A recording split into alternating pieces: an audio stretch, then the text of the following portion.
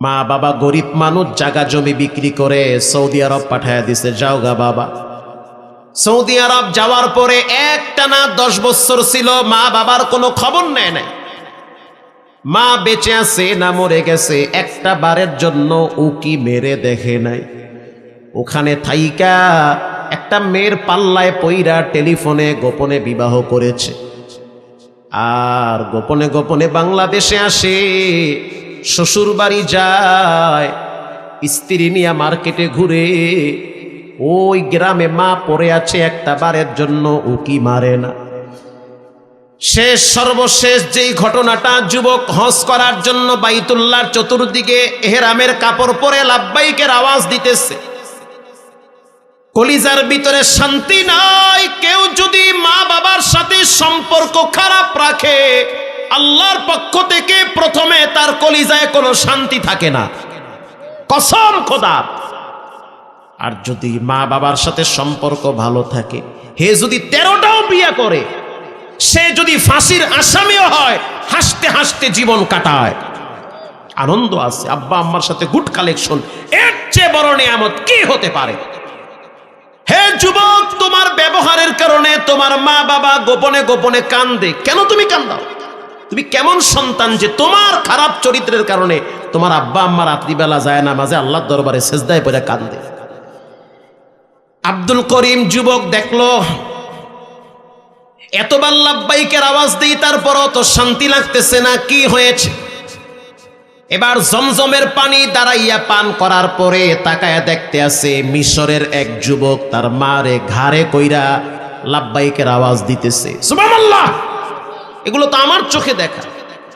এক বুড়ি মা সন্তানের ঘাড়ের উপরে, আর সন্তান বাইতুল্লাহর চতুর্দিকে মাকে ঘাড়ে করে তওয়াফ করতেছে, আর বলতে আছে লাব্বাইক আল্লাহুম্মা লাব্বাইক লাব্বাইক লা শারীকা লাক লাব্বাইক ইন্নাল হামদা ওয়ান নি'মাতা লাক ওয়াল মুলকা লা শারীকা লাক লাব্বাইক।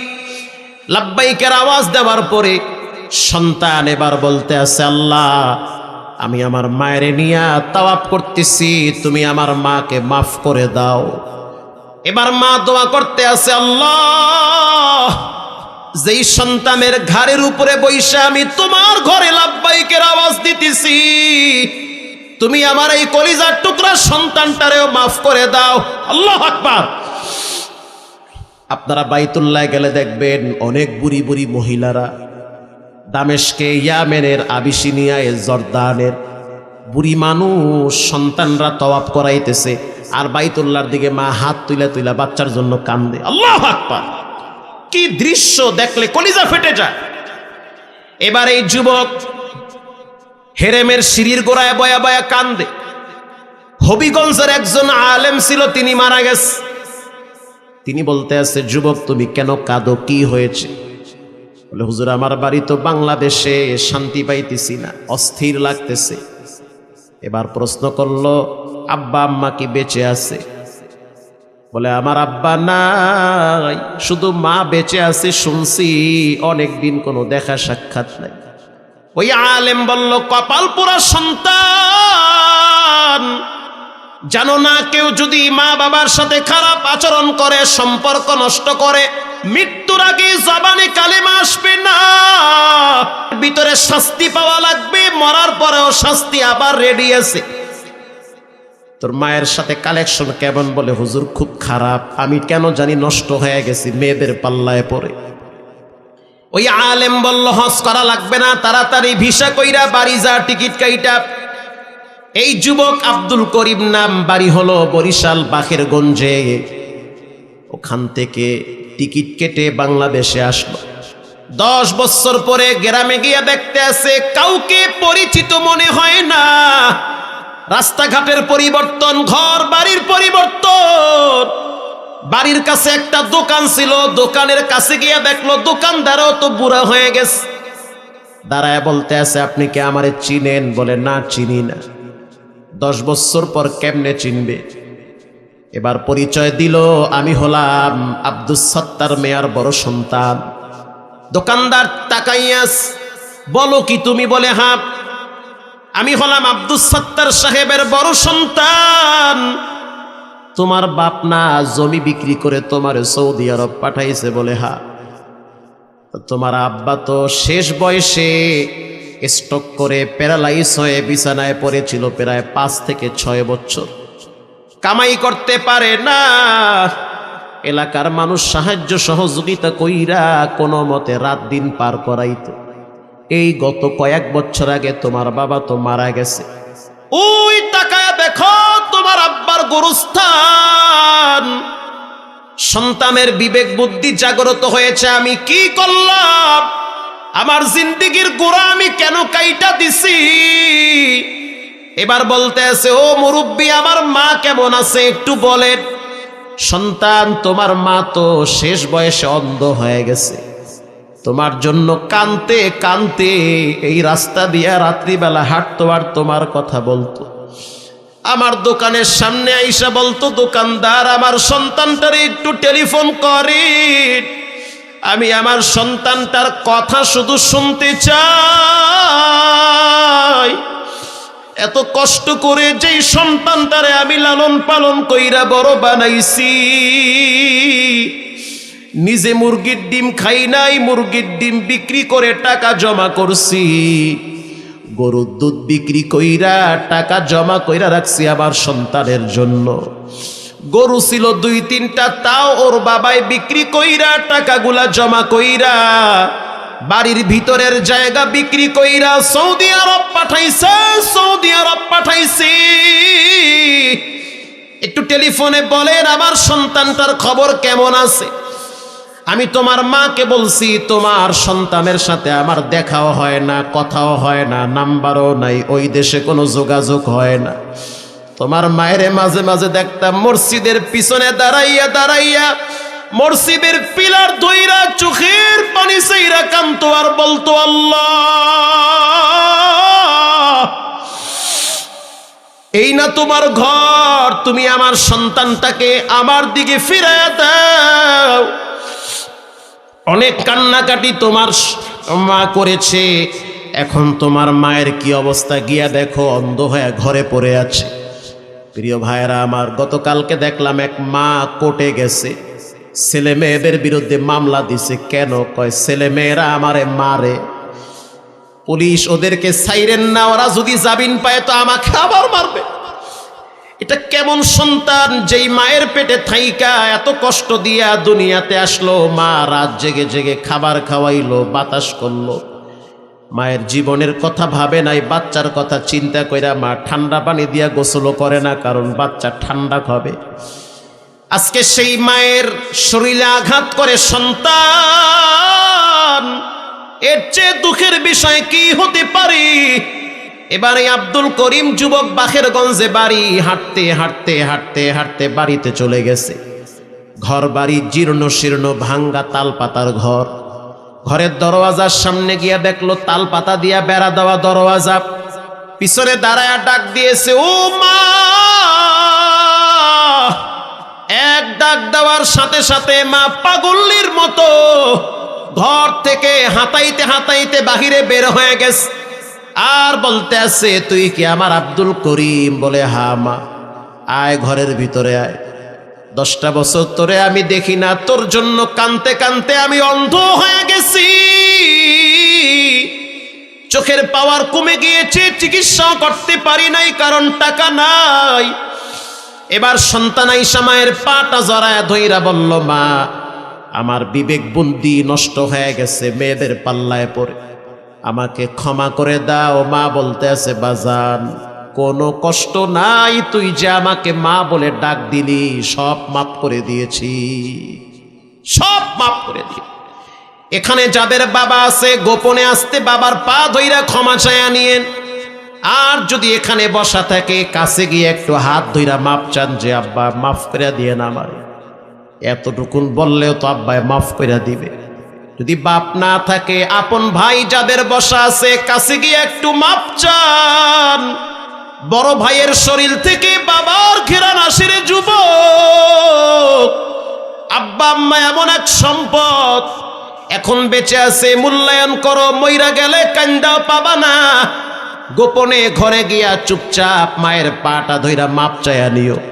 আল্লাহ পাক কোরআনে বলেন ওয়াহনান আলা ওয়াহাদি ওয়া ফিসল, কষ্টের পর কষ্ট তোমার মা তোমার জন্য করেছে রে ভাইরা আমার। এজন্য মা বাবার সাথে জীবনে আর কেউ বেয়াদবি করব না, আব্বা আম্মার চোখের পানি ঝরাবো না, আর কখনোই মা বাবার সাথে দুর্ব্যবহার করব না। মা বাবার কবরের পাশে একটু দাঁড়ায় দোয়া করব। জীবনে নামাজ ছাড়বো না, হারাম খাবো না, আব্বা আম্মার হক নষ্ট করব না। দিলটা যদি সহি থাকে তওবার নিয়াইতে দুইটা হাত আল্লাহকে দেখায়া দাও। তুমি দুনিয়াতে আসছো তোমার আব্বা আম্মার মাধ্যমে। ওয়া ওয়াসাইনাল ইনসান বিওয়ালিদাই, এখানে আল্লাহ মায়ের কথা বলছেন। ও দুনিয়ার সন্তানেরা, খবরদার খবরদার, মা বাবার সাথে বেয়াদবি করবা না। রহমতের ডানা বিছায়া দাও, মায়ের চেহারার দিকে তাকাও। যদি মায়ের চেহারার দিকে রহমতের নজরে তাকাও, আল্লাহর রসুল বলেন কবুল হজের সওয়াব আমলনামায় জমা হয়ে যাবে। ওই যে বাবায় বুড়া হয়ে গেছে, গোপনে তার পকেটে 200 টাকা ঢুকায়া দেন।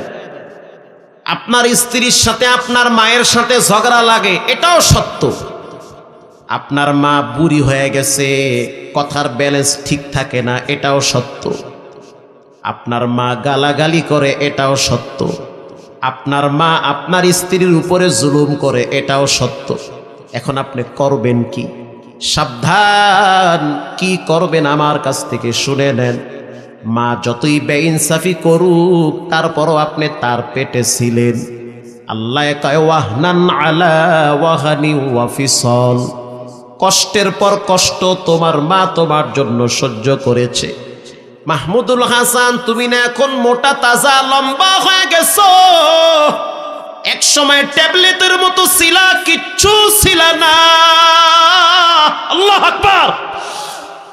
ছোট্ট মায়ের পেটের ভিতরে ছিলা, যখন পেটের ভিতরে আমি আল্লাহ তোমাকে দিয়েছি, রূহ দিয়েছি, তখন তোমার হাত পা নড়াচড়া শুরু হয়ে গেছে।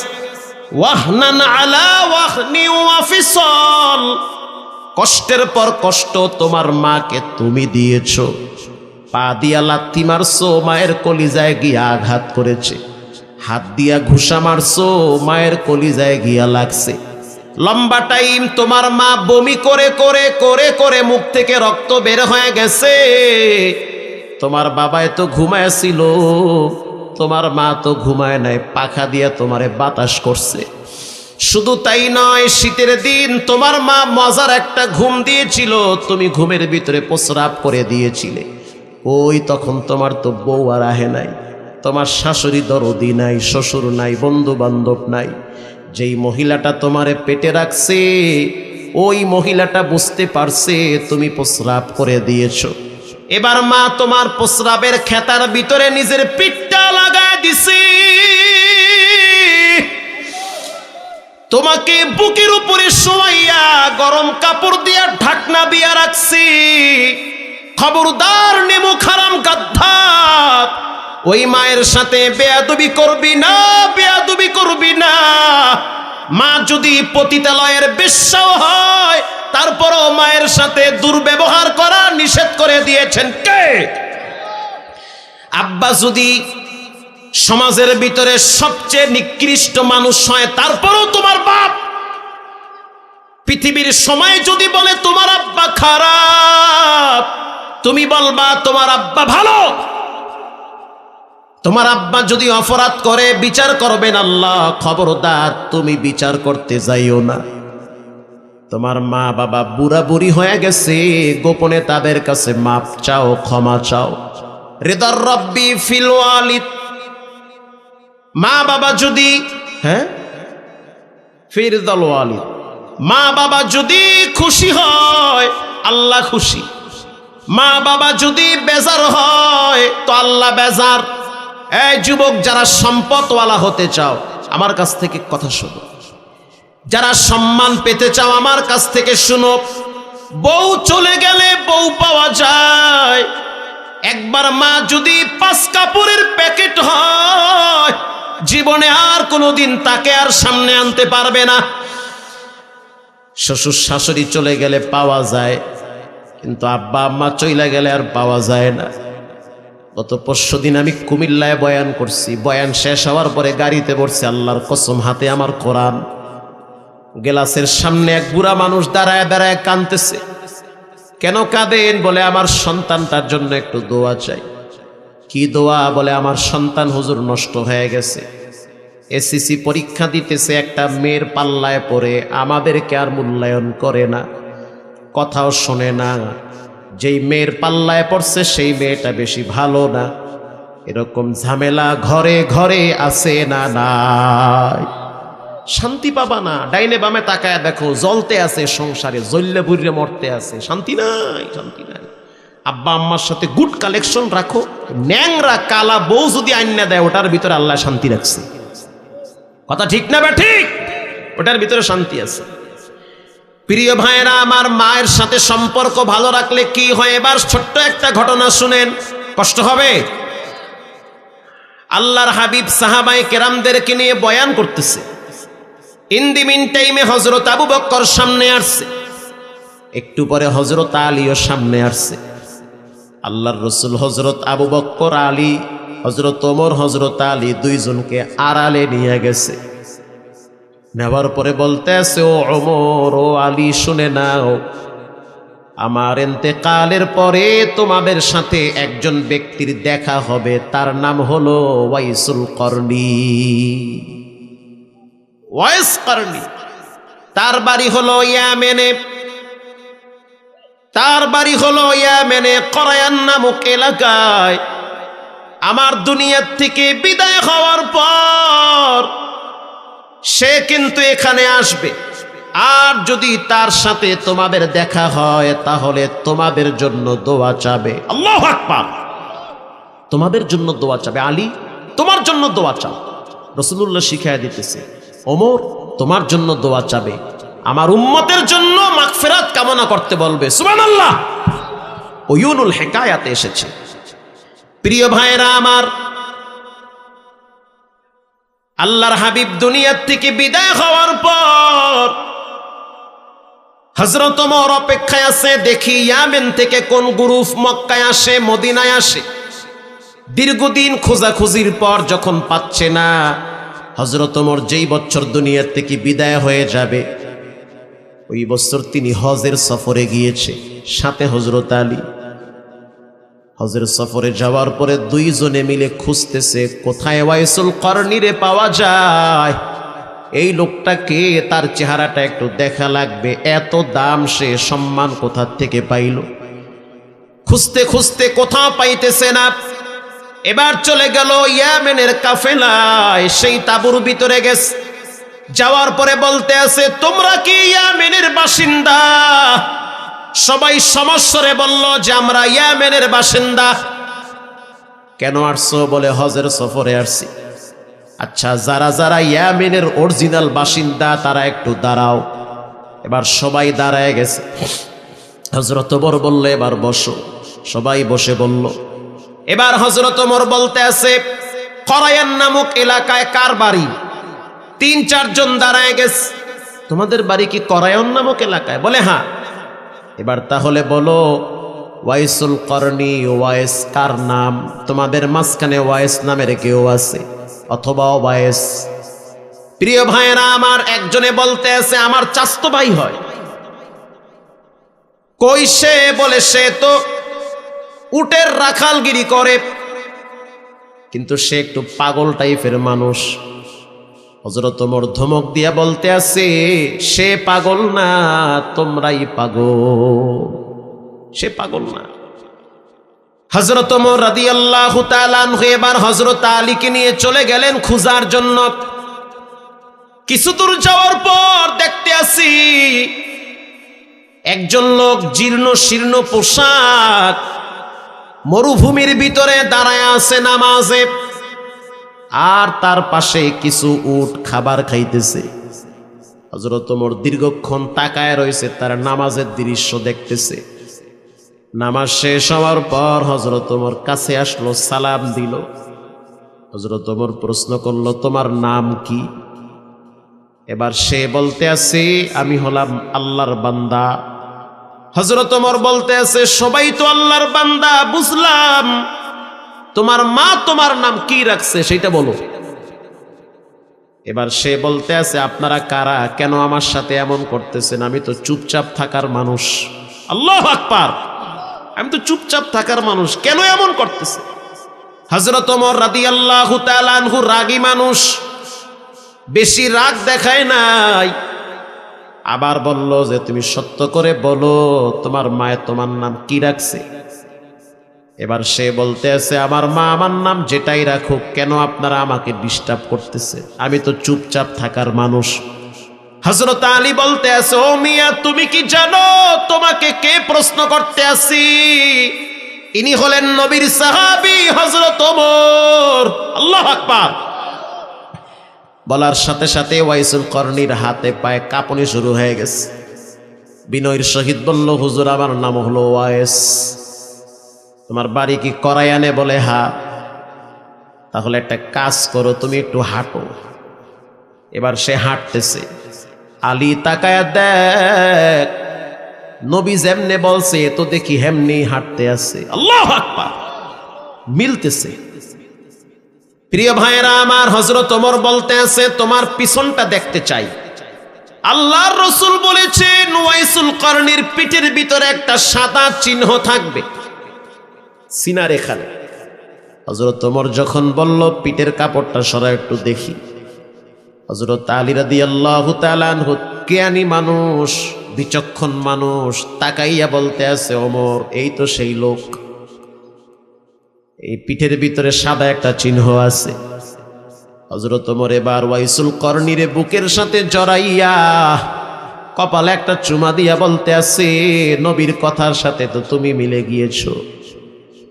কি এমন আমল করো যে আমলের কারণে আল্লাহর নবী সমস্ত উম্মতদের জন্য তোমার কাছে দোয়া চাওয়ার জন্য বলেছে? মারহাবা।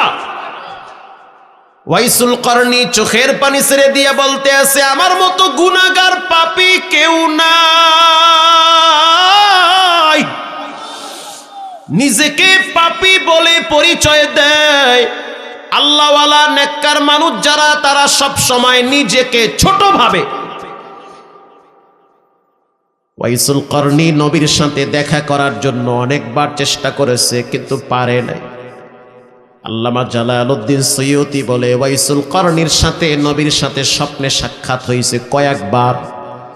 ওগো আল্লাহর রাসূল, আমার মনে চায় আপনার চেহারাটা একটু দেখার জন্য, কিন্তু আমি কেমনে আসি? আমার ঘরে তো অসুস্থ মা, আমি আমার মায়ের চেহারার দিকে তাকাইলে স্থির থাকতে পারি না, আমার মা তো অসুস্থ। আমি যদি আপনার সাক্ষাতে আসি তো আমার মায়ের সেবা করার মতো কেউ নাই।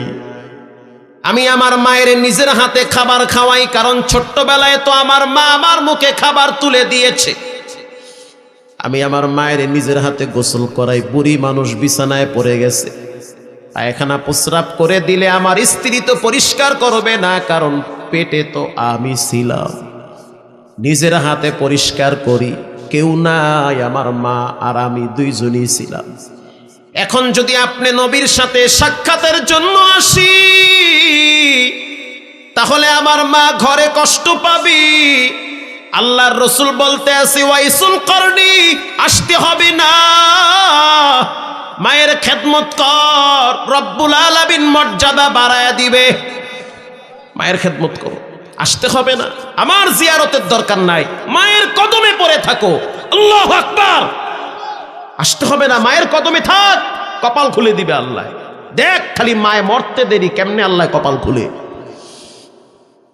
হযরত ওমর বলতে আছে, ওয়াইসুল করনি, তুমি একটু আমার জন্য আল্লাহর কাছে দোয়া করো, আলীর জন্য একটু দোয়া কইরো। আল্লাহর রাসূল বলেন, কিয়ামতের ময়দানে ওয়াইসুল করনির উসিলায়, তার সুপারিশে লক্ষ লক্ষ নয়, অগণিত মানুষকে আল্লাহ জাহান্নাম থেকে জান্নাতে পাঠায়া দিবে। শুধু একটা পুঁজি, মায়ের সাথে কালেকশন। সুবহানাল্লাহ, এক পুঁজি, মায়ের সাথে একটা গুড সম্পর্ক। আমি তো আমার বাচ্চা মেয়েটার হাতে 500 টাকার নোট দিয়ে দেই। বাচ্চা মেয়েটাকে বলি, খবরদার তোমার মা যেন না দেখে, কারণ তোমার মা তো আমার মায়ের রক্তের কেউ না। কথা কন না কা? তোমার মা তো আমার মায়ের রক্তের কেউ না। অতএব কিছু টাকা পয়সা দিলে মহিলা মানুষ একটু জ্বালা যন্ত্রণা হতেই পারে। বাচ্চা মেয়েটাকে বলি, আম্মু তুমি 500 টাকা তোমার দাদিরে দাও। তো বাচ্চা মেয়েটা দাদির হাতে গিয়া কয়, লও টাকা। কে দিয়েছে? আব্বু দিয়েছে তোমাকে দেওয়ার জন্য। তখন আমার মাকে দেখি বাচ্চাটারে জড়ায় ধইরা কপালে চুমা দিয়া বলে, তোর মায়ে কি জানে? কয় না, জানে না। কথা না কওয়ার দরকার নাই, আব্বু না বলছে। তখন আমার মার চোখের দিকে তাকায় দেখি জানলার ফাঁক দিয়া মায়ের চোখের পানি বায়া বায়া পড়তেছে। বুঝতে আর বাকি নাই, দোয়া কবুল হয়ে গেছি। আমার মারও মনে চায় তার আপনজনদের বাড়িতে বেড়াইতে যাবে। আমার মারও মনে চায় আরো 2-3টা বোনের বাড়িতে বেড়াইতে যাবে, কিছু মজা নিয়ে যাবে। ওখানে তো 2-3টা নাতি আছে, মায়ের টাকা পাবে কোথায় তুমি আমি না দিলে? তোমার ঘরে খায়, তোমার ঘরে থাকে, তোমার আব্বারে কেন টাকা দাও না? নিমুখ হারাম গাদ্ধা, বয়স তোমারে ফুরিয়ে যাবে, একদিন বুঝবা কত ধানে কত চাউল। গোপনে টাকা দাও, 1 মণ ধান বিক্রি করে 1000-2000 টাকা আব্বার বাম পকেটে ঢুকায়া দাও। বলো, আব্বা আপনার মন মতো করে খরচ করেন। যেই দোয়াটা করবে, ক্যান্সার হয়ে মরবা না, স্ট্রোক করে মরবা না, হঠাৎ বিপদ হবে না। আরশের মালিক কঠিন মুসিবত থেকে নিজ কুদরতি হাতে তোমাকে বাঁচায়া দিবে। আব্বার দোয়া, মায়ের দোয়া কারেন্ট লাগে যাবে। গতকাল শবে বরাতের রাত বয়ান করছি নীলফামারী বাস স্ট্যান্ডে। হাজার হাজার মানুষের সামনে বলছি, হে যুবক, সম্মান যদি পাইতে চাও, ইজ্জত যদি পাইতে চাও, মা বাবার কদম ধরে থাকো। মা বাবা খুশি তো রব খুশি, মা বাবা বেজার তো রব বেজার। এবার হযরত আলী বলতে আছে, ওয়াইসুল করনি, তোমার তো সুন্দর কোনো জামা নাই, আমি তোমার জন্য মদিনার মক্কার বাজার থেকে একটা জামা নিয়ে আসি। ওয়াইসুল করনি বলতে আছে, এই দুনিয়ার মুসাফিরের নতুন কোনো জামার প্রয়োজন নাই, তোমার জন্য কিছু খাবার নিয়ে আসি। তুমি না নবীর কলিজার টুকরা, তোমার চেহারার দিকে তাকাইলে মনে হয় তুমি জান্নাতি মানুষ, কিছু খাবার নিয়ে আসি। ওয়াইসুল করনি বলতে আছে, ব্যাগের ভিতরে খেজুর আছে, পানি আছে, শুকনা খাবার আছে, লাগবে না। এবার হযরত ওমর বলতে আছে, আমারে কিছু বয়ান করেন, কিছু উপদেশ দেন, কারণ আমিও তো কবর পথের যাত্রী, জানি না কোন দোকানে কাপনের কাপন চলে আসছে, জানি না কোন মসজিদের পালকি রেডি হয়ে গেছে, কিছু বয়ান করেন আমারে। এবার ওয়াইসুল করনি বয়ান করলো শুধু 1টা-2টা। বলেন কয়টা? 1 নম্বরে, ওমর শুনে নাও, দুনিয়ার বোঝাটাকে হালকা করে দাও। দুনিয়ার বোঝা, টাকা পয়সা, দল ক্ষমতা, নেতা নেত্রী, এই সেই, এই ঝামেলার থেকে নিজেকে একটু সেফ রাখো, কারণ তোমার আসল বাড়ি হলো আল্লাহর জান্নাতে। এই দুনিয়ার মায়ের পেছে পইরা আখেরাত নষ্ট করা যাবে না।